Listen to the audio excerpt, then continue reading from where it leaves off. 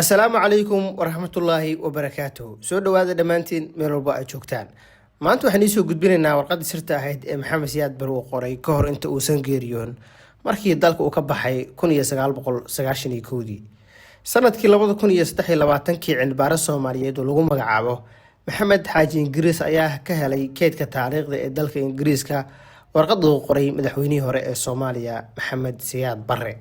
Bishii Sebteembar 1992 ayuu warqadaasi qoray iyadoo la og yahay in dalka hogaamiye ku-xigeenadii ay ka cayriyeen Maxamed Siyaad Barre 1991. waa hal sano kadib markii dalka laga cayriyay xilligaas oo ku noolaa dalka Nigeria kadib markii xukunka laga tuuray. Warqadan oo ahayd 3 bog ayaa markii dambe loo gudbiyay safaaradda Ingiriiska ee Kenya iyaduna waxay u sii gudbisay dalka Ingiriiska gaar ahaan keydka wasaaradda arrimaha dibadda. warqadan waxaa soo gudbisay gabar uu dhalay General Maxamed Siyaad Barre madaxweynihii hore ee Jamhuuriyadda Dimuqraadiga ah ee Soomaaliya oo xilligaas ku noolaa dalka Nigeria. gabadhaas oo lagu magacaabo Cali Maxamed Siyaad Barre. warqaddu waxay ku bilaabatay salaan iyo baaq oo ugu yeerayo shacabka iyo odayaasha dhaqanka Soomaaliyeed wuxuuna sheegay in Soomaaliya ay gashay burbur weyn kadib dagaallo sokeeye isagoo xusay in qiyamkii dhaqankii iyo midnimadii dalka ay dhaawacmeen. waxa uu sidoo kale difaacay siyaasadii dowladdiisa ee la dagaalanka qabyaaladda isagoo sheegay inaysan kasoo horjeedin dhaqanka beelaha balse ay kasoo horjeedaan dadka qabyaaladda u adeegsanaya dana gaar ah. Maxamed Siyaad Barre waxa uu ku eedeeyay qabqablayaashii dagaalka inay bulshada kala qaybiyeen isla markaana ay u kala saarayaan qabiilo iyo jufooyin taas oo keentay burburka dalka iyo barakaca shacabka. waxa uu sheegay faham la-aanta shacabka qaarkood inay sababtay inay taageeraan kooxahaas hubaysan taas oo keentay in dalkii uu burburo. qaybta labaad ee warqadda waxa uu kaga hadlay xaaladda bini'aadanimo ee Soomaaliya wuxuuna ammaanay dadaalada qaramada midoobay iyo hay'adaha gargaarka ee caawiyay shacabka Soomaaliyeed. sidoo kale waxa uu taageeray go'aankii Mareykanka ee qaramada midoobay ee ciidamada ugu soo dilayeen Soomaaliya si loo ilaaliyo gargaarka iyo nabadda. waxa uu ka digay in Soomaaliya dib loogu celiyo nidaam u eg maxkamad shisheeye wuxuuna dalalkii uu saaxiibada lahaa ka codsaday gargaar ballaaran oo la siiyo malaayiin Soomaaliyeed ee abaarta, colaadaha iyo barakaca la darnaa xilligaas. boga ugu dambeeya waxa uu ugu soo jeediyay odayaasha dhaqanka 4 qodob oo waaweyn. 4taas qodobna waxay kala hayeen in la taageero dadaalada nabadda ee qaramada midoobay, in la sugo amniga dekedaha iyo garoomada si gargaarka u gaaro shacabka, in la abuuro kalsooni iyo wadahadal u dhexeeya bulshada Soomaaliyeed iyo in laga fogaado isbahaysiiyada ku dhisan qabyaaladda loona baahan yahay in bulshadu ay qarannimadii dib ugu soo laabato. warqadda waxa uu kusoo gabagabeeyay orahada caanka ahayd muwaadinkii dalkaygow wiil ayaa ku dhinta dagaal ee wiil kuma dhasho. inkastoo xilka madaxweynaha laga qaaday 1991 haddana warqadan waxa uu ku saxiixay magaca madaxweyne arrintaas oo noqotay waxyaabaha ugu yaabka badan ee warqadda laga dhex arkay. gudaaradkiina warqadan waxa uu isku dayay inuu ku muujiyo inuu weli yahay hogaamiye shaqeynaya oo raba inuu bulshadiisa u sii adeego balse dad badani aysan dooneyn inuu dalka dib ugu soo laabto.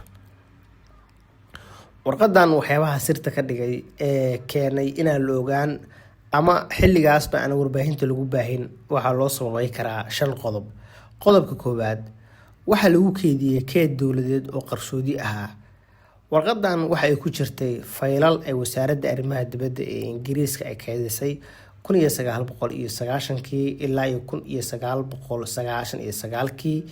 faylalkaas muddada dheer waxa uu ku saabsanaa xaaladaha Soomaaliya laakiin faylkan ma ahayn mid shacabka loo ogolaa inay arkaan kadibna ay furaan. 2 dadweynuhu hore umaysan ogeyn jiritaanka warqadan laguma baahin warbaahintii xilligaasi jirtay laguma soo daabicin meel fagaara ah. taasi waxay ka dhigtay dukumenti qarsoodi ah oo markii dambe la helay inuu Maxamed Siyaad Barre uu soo saaray. sidoo kale warqadda generaalka uu soo saaray oo gabadhiisa ay gaarsiisay safaaradda waxay muujinaysaa aragti ka duwan tii lagu yaqaanay Maxamed Siyaad Barre. dad badan waxay Maxamed Siyaad Barre ku xasuustaan dagaaladii iyo xukunkii militariga ee adkaa laakiin warqadan waxay aad u taageeraysay dadaalada nabadda, qaramada midoobay, ciidamada Mareykanka ee Soomaaliya imaanayay, iyo dib u heshiisiinta bulshada Soomaaliyeed.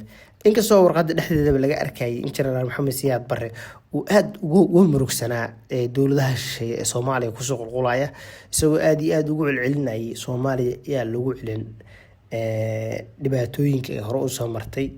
Shisheeyaha ayuu aad warqadan uga hadlay, isagoo sheegaya in Soomaaliya aan mar kale shisheeye loo gacan gelin, ayuu aad ugu celcelinayay markii warqadda la akhriyay. Qodobka afraad ee warqadan marka la eego ka dhigaya inay tahay dukumenti sira waxaa ka mid ah waxaa la qoray xilli uu hogaamiyaha xilka laga tuuray sanadkii 1992 waxa uu ahaa nin awood lumiye oo dibadda jooga, haddana waxa uu weli isku sii saxeexay madaxweyne. Arrintaas waxay taabanaysaa dood siyaasadeed xasaasi ah, darteed warqadda waxay lahayd qiimo taariikheed oo u gaar ah, sababtuna waxay keentay in wasaaradda arrimaha dibadda ay meel gaar ah ay ku kaydiso. qodobka shanaad waxay daaha ka rogtay xiriirada diblomaasiyadeed oo markii xukunka laga tuuray Maxamed Siyaad Barre oo la lahaa dowladihii uu hore saaxiibada ula ahaa. Warqadan waxay sheegaysaa inuu la xiriiray dowlado Carabeed, kuwa Afrikaana, kuwa reer galbeed, isla markaana uu la wadaagay walwalkiisa ku saabsan xaaladda mustaqbalka ee Soomaaliya. Marka la soo koobo warqadda sirta ah, waxaa la dhihi karaa waxaa jirtay sir qarameed oo weyn oo dunida ku kala faafsan oo Soomaaliya ay leedahay, gaar ahaan markii la eego xiriiradii uu sameeyay jiray hogaamiyihii weynaa ee Soomaaliya Generaal Maxamed Siyaad Barre. Arrinta ugu xiisaha badan waxa ay tahay in generaalka warqadihiisa aan marnaba aan la soo bandhigin tan iyo markii uu dalka ka baxsaday 1991 oo hogaamiye kooxeedii ay ka saareen. Inkastoo uu Nigeria ku noolaa, haddana warqadaha laga helay UK ama maktabada ku taala dalka Ingiriiska waxay daha ku rogtay in Maxamed Siyaad Barre weli uu warqado u dirayay dalal kala duwan soo arrinta Soomaaliya ugala hadlo. Waxaa kaloo jirta in sidaas oo kale dokumentiyo badan laga heli karo meelo kala duwan oo dalalka caalamka ah oo Soomaaliya ay leedahay, gaar ahaan dalka South Africa oo la sheego inuu aad ula xiriirayay dalka Suudaan oo aad ula xiriirayay. Sidoo kale waxaa la sheegay dalal badan oo Sacuudi ay ka mid yihiin. Sidoo kale in generaalka intuu ka sugnaa dalka Nigeria uu si aad xiriir kala duwan u la lahaa, isagoo arrinta ugu badan ee markasta warqadahaas marka la fiirsho ka soo dhaxbaxaysa waxay tahay Soomaaliya yaan shisheeye lagu celin. Ayuu aad ugu celcelinayay warqadaas, Soomaaliya yaan shisheeye lagu celin, muwaadinkaygow Soomaaliya yaan shisheeye lagu celin. Waxaa moodaa in Siyaad Barre uu ka digayay wax maanta Soomaaliya haysta oo ah in weli Soomaaliya maantay ka jirto dowlad, laakiin dowladdaasi aysan wax awood lahayn, sidoo kalena ay ku tiirsan tahay dalalka adduunka ee reer galbeedka kuwaas oo siiya taageero, sababtoo ah ma jirto wax dhaqaale ah oo dowladdan haysato. Halka dowladdii Maxamed Siyaad Barre ahayd dowlad iyadoo isku filnayd haysatana taageero buuxda oo shacabka imaanaysa.